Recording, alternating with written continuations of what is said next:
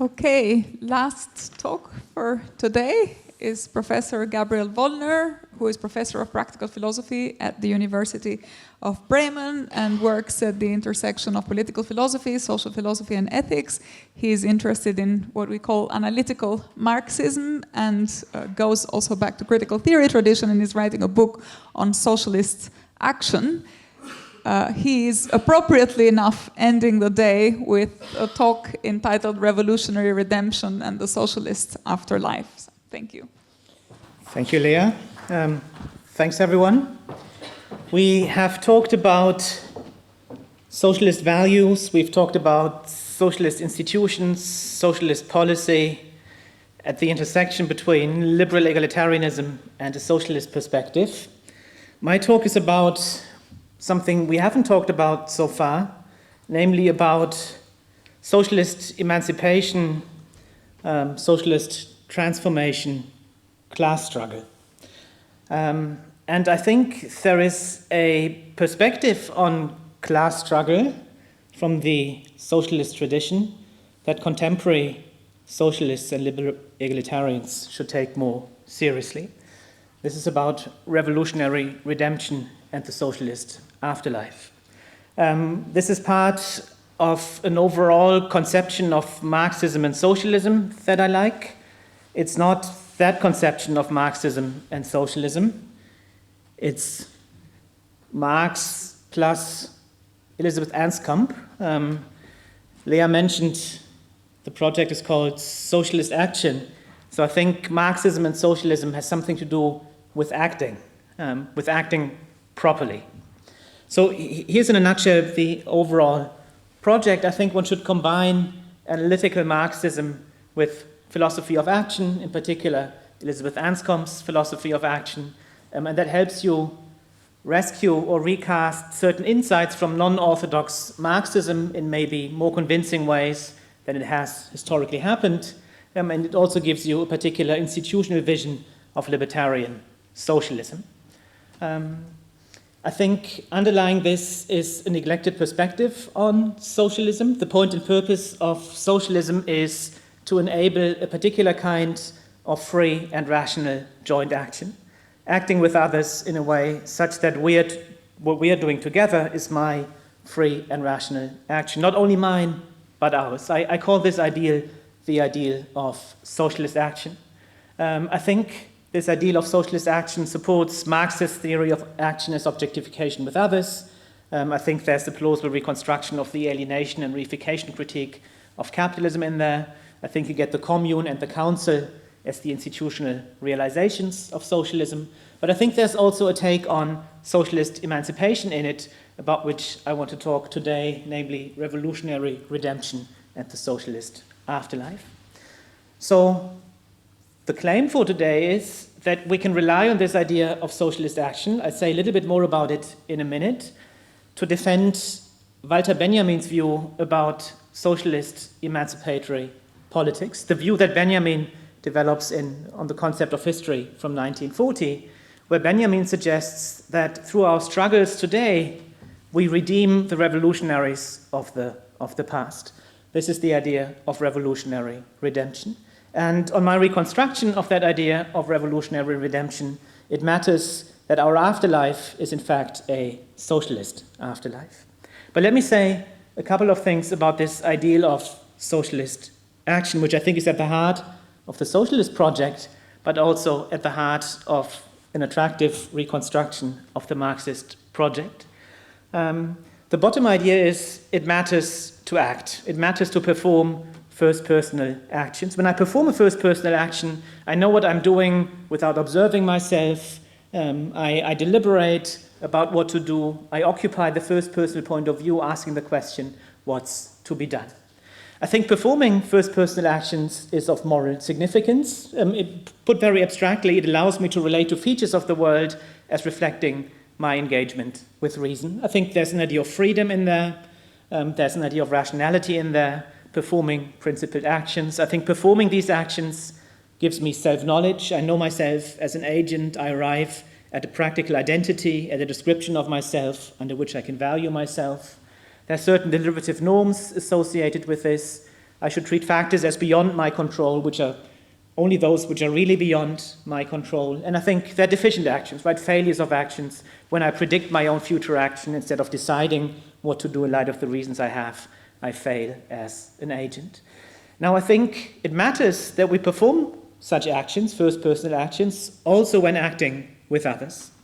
Many actions we perform are complex actions, right? The dinner making, whether Italian or French, involves many different steps.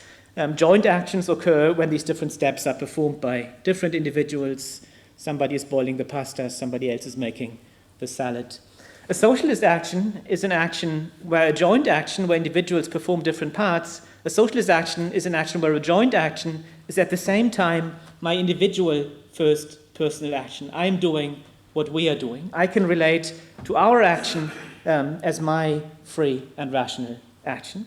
I think this is also of normative significance. When we're performing a socialist action, we can relate to what we are doing as reflecting our engagement with reason. I think there are analogues to freedom, collective social freedom, collective versions of rationality and self-knowledge. And I think this idea of socialist action can be used to explain why producing under capitalism is alienated, why when producing institutions under capitalism we're performing deficient actions, we reify our social relations. But that's just the background machinery. What I'm more interested in today is what kind of ideal of emancipation comes with this ideal of socialist action. And I think one interesting perspective on this, one among others, is that we should think of emancipation as socialist action taking place over time. So I think there's a conceptual perspective in this and a normative perspective. A conceptual perspective on how we should understand emancipation as a temporally extended joint action, and also a normative perspective about what matters when we emancipate ourselves. So the conceptual perspective is socialist action happens over time, even spanning different generations. The normative perspective is, I think, that it matters that when we engage in emancipation, what we are doing today can be understood as completing a socialist action that has begun in the past.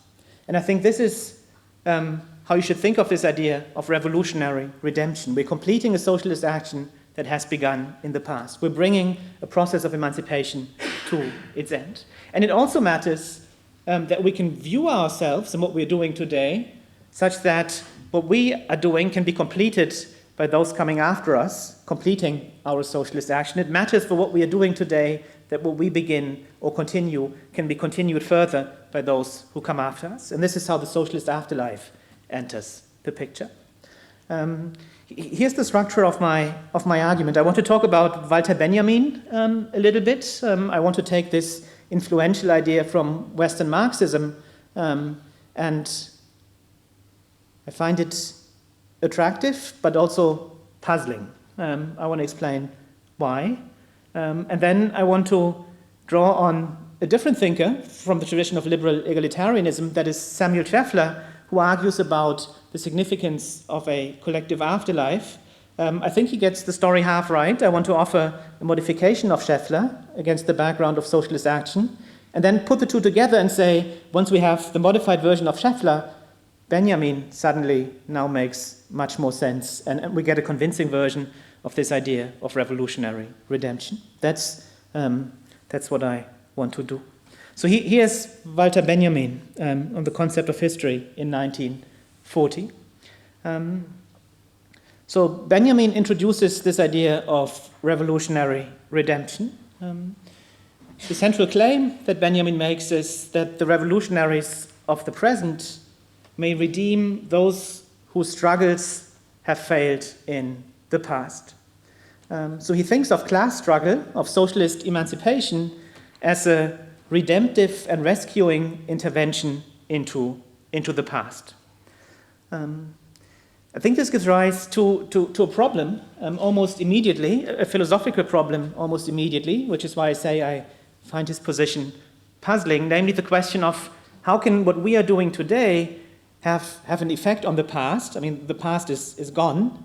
How can our action today have an effect on the past? And how can we redeem individuals who are no longer alive? So here's a quote from Benjamin on the concept of history. Benjamin says, "There's a secret agreement between past generations and the present one. Our coming was expected on earth. Like every generation that preceded us, we have been endowed with a weak messianic power, a power on which the past has a claim. Such claims cannot be settled cheaply." This gives rise to further problems. How are we to think of the idea that past generations have a claim on us? What reason, if any, do we have to act for those who came before us? What's the normative source of this claim that the past allegedly has on the present? And likewise, what's the power? What power do we have to redeem the past? Right? What's this messianic power that Benjamin talks about, and how do we exercise it? What can we learn from this about socialist emancipation? Benjamin then also says, of course, only redeemed mankind is granted the fullness of its past, which is to say, only for redeemed mankind has its past become citable in all its moments. Even the dead will not be saved from the enemy if he is victorious.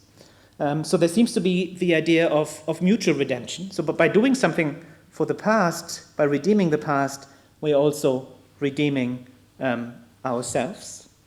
How does this work? Reciprocity across time.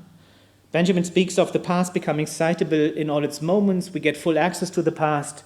What is going on here? And what does he mean when he says that even the dead will not be saved? I mean, how can somebody be harmed who is already dead? So Benjamin, on revolutionary redemption, puzzling, yet also somehow attractive idea. Forget about Benjamin for a second. Here's a different story that Samuel Scheffler, contemporary liberal egalitarian, gives us when he talks about the significance of the collective afterlife. Benjamin's suggestion is that it matters for the significance of meaning of what we're doing and how we're leading our lives, that there is such a thing as a collective afterlife. It matters that people are coming after us. If we knew that an asteroid hits the Earth next week, or if we knew that procreation becomes impossible, babies born today will be the last generation, that would be of huge importance to our life projects, to the projects in which we participate. It would have huge emotional and motivational effects on us. But it's not just these emotional effects on us. Scheffler also identifies the mechanisms that underlie the effects. So he says many of our activities are goal-oriented activities, and they are choice-worthy only if we can expect there to be a collective afterlife. You're a medical doctor developing a cure for cancer. This makes sense only if there are patients to be treated in the future. Many of our activities, Scheffler claims, are relationship-oriented. Right? I'm trying to maintain a social identity within the relations in which I participate. I want to be remembered as a certain individual, say, as a great parent, a great philosopher, and so on. And this, again, presupposes an afterlife, right? People coming after me who remember me for what I or who I was. And others of our activities are value-oriented. We try and preserve what is of value. Maybe we see ourselves in a certain tradition, say the socialist tradition. We continue this tradition, preserving what we think is of value. And this, again, only makes sense if there are people coming after us, who also participate in that tradition. So this is why Scheffler believes the collective afterlife is actually of importance for the meaning and significance of many of the things that we do and that give meaning to our lives. He thinks this has a number of important implications. We see ourselves as parts of an ongoing history. It doesn't just matter that we experience value, it also matters that value persists over time. It turns out we are, for some surprising reasons, less egoistic than one may worry. The existence of others is actually of great significance for us, not only the existence of contemporaries, but only the existence of others in the future. So I think Scheffler is up to something, but I don't think he gets the picture exactly right. I think this collective afterlife that he is concerned with can play the role that he ascribes to it only if there's a certain relation between my action and action occurring once I no longer exist, a certain relation between my action and what happens in the afterlife.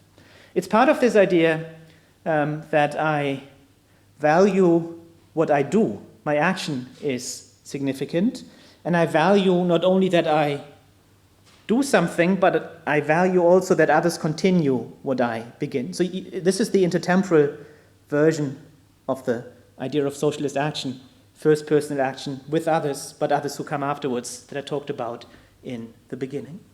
You can look at the mechanisms that Scheffler identified to see why this is actually a plausible idea. There has to be a particular relation between what happens in the afterlife and my action as I intended it. Consider the goal achievement story, right? Developing a cure for cancer. If the cure for cancer is just an accidental byproduct of my current research, I don't think the relationship holds in the right way. What I thought was a dead end in research turns out to hold the key for the cancer cure. My current activity doesn't have the right relationship to what happens in the afterlife. It may also be that I managed to preserve my practical identity over time, but in mistaken ways. I'm remembered as a great philosopher, but not for the books I've written. Maybe the archives are messed up. They think I wrote Jan's book, right? And they remember me as a great philosopher because they think I wrote Jan's book. Nothing wrong with Jan's book, right? But I want to be remembered for the book I'm writing, not for Jan's book. Values without tradition, same story, right? So if I can promote the values that I care about and which are related to the tradition that I identify with, but only by dissociating myself from the tradition, say the tradition of socialism, that would also be deficient or problematic. Maybe I'd be more successful in promoting the values that I care about by not identifying with the tradition which has historically promoted these values. So I think what these cases illustrate, and the underlying mechanism illustrates, that the afterlife may actually fail to secure the meaning and significance of my current activity, even if they meet the Schefflerian conditions. So I think what matters is that my action figures in the right way in the afterlife, that my action is taken up in the right way by the afterlife, that I can see or expect or trust that others will continue what I have begun in the right way. So I think it matters that I see myself not only as part in ongoing history, but as an agent in an ongoing history, performing actions that others will continue, that I perform intertemporal socialist actions. Maybe building a cathedral is a good analogy. When I talk about this with German-speaking audience, I use the example of the Cathedral of Cologne. Right? It took 800 years to build the Cathedral of Cologne, but you could think of this as an intertemporal joint action. Right? The bricklayers laying the foundation and stones of the Cathedral of Cologne did so in the 13th century. The roof tilers completed the cathedral at the end of the 19th century, 600, 700 years, extended joint action, extended socialist action. I was surprised to learn that the Cathedral of Notre Dame was built in less than 60 or 70 years, much more efficient in cathedral building. The French, it turns out, than the Germans. But then maybe the fire and the reconstruction also fits in, right? So in a way, by reconstructing the Cathedral of Notre Dame after it burned down a couple of years ago, you're completing what those originally building the cathedral a couple of hundred years ago, what they have begun. So I think it matters that our collective afterlife is not only a collective afterlife, but a socialist afterlife in the sense of they are completing the socialist action that we have begun. Those coming after us are not just beneficiaries of our action, the recipients, think of the cancer cure, but they are our co-agents, right? They are our intertemporal comrades, I think. So that was the puzzle about Benjamin and revolutionary redemption. Then there's Samuel Scheffler on the collective afterlife, which I think should be understood as the socialist afterlife. I think if you put the two together, Benjamin's attractive but puzzling story now seems to be much less puzzling. So I think just as building a cathedral is an intertemporal joint action, just as building Notre Dame or rebuilding Notre Dame or building the Cathedral of Cologne is an intertemporal action, so is liberation, class struggle, emancipation. It's a temporally extended joint action. And on this perspective, it matters that we perform emancipation, class struggle, liberation as socialist actions in the ways that I have sketched. It matters that we complete what the past has begun. So in a way, our struggle today is the socialist afterlife of those who came before us. And I think this Benjaminian idea of redeeming the past amounts to us taking up the struggle of the past and completing the struggle of the past. We're redeeming those who came before us by completing their struggle. And I think this idea of an intervention into the past, now that it runs via a temporally extended joint action, is much less confusing than one may initially think. So what about this idea of redeeming somebody who is already dead? Well, if performing a first personal action or a socialist action is important because it contributes to your self-constitution as an agent, it gives you freedom, it gives you self-knowledge, it gives you a practical identity. If it's important for these reasons, I think we can make sense of the idea that we're redeeming the past through completing the action that the past has begun, because it's only by completing that action that this original action actually turns out to be successful.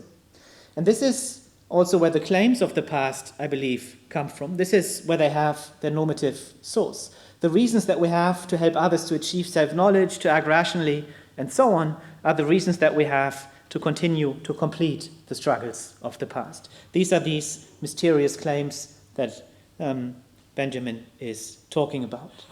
This also explains the messianic power that he is talking about. We have agential powers, right? We can act in the world, we can do things, and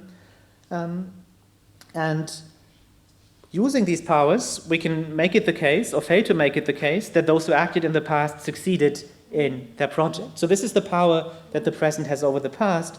We can complete actions that have begun in the past. And I think this idea of mutual redemption, that by redeeming the past, we're also redeeming ourselves, that's a perspective that also becomes less mysterious. Benjamin talks about the past being citable in all its moments. So in a way, by completing the action begun in the past, we are appropriating past action. It becomes part of what we are doing. What the bricklayers have done 700 years ago becomes part of the action that the roof tilers are performing today. By engaging in social struggles, class struggle in a certain way, the struggles of the past become our struggles. They become part of our action, to which we have a different kind of access than we have to stuff that is just happening in the world. So I think this is what Benjamin may have had in mind when he talks about the past becoming citable in all its moments. So I think socialists, contemporary socialists, should take that idea of revolutionary redemption and the significance of a collective afterlife more seriously than they currently do, and also try and figure out what that abstract idea would imply for understanding the idea of socialist emancipation. So here's what I think is, or I hope, is now more convincing than 20 or 25 minutes ago. I do think, without having argued for it, that the point and purpose of socialism is to make it possible for people to perform socialist actions, to act with others such that what we are doing is at the same time my free and rational action. I believe that socialist action is important for a number of reasons having to do with freedom, rationality, and self-knowledge. I believe that one should view class struggle, emancipation, liberation as a temporally extended socialist action, both diagnostically, the idea of a temporally extended joint action, but also normatively, it matters that it has the right normative pedigree. Think of the analogy of building a cathedral. With this in place, this idea of revolutionary redemption makes sense, I believe. We're redeeming by completing what the past has begun. And we should think of the significance of a collective afterlife as the significance of a socialist afterlife. The significance of our emancipatory action today depends on whether or not the future completes our emancipatory action today. So it matters that we perform emancipatory actions today such that it is possible for future generations to complete the emancipatory actions that we currently perform. Thank you.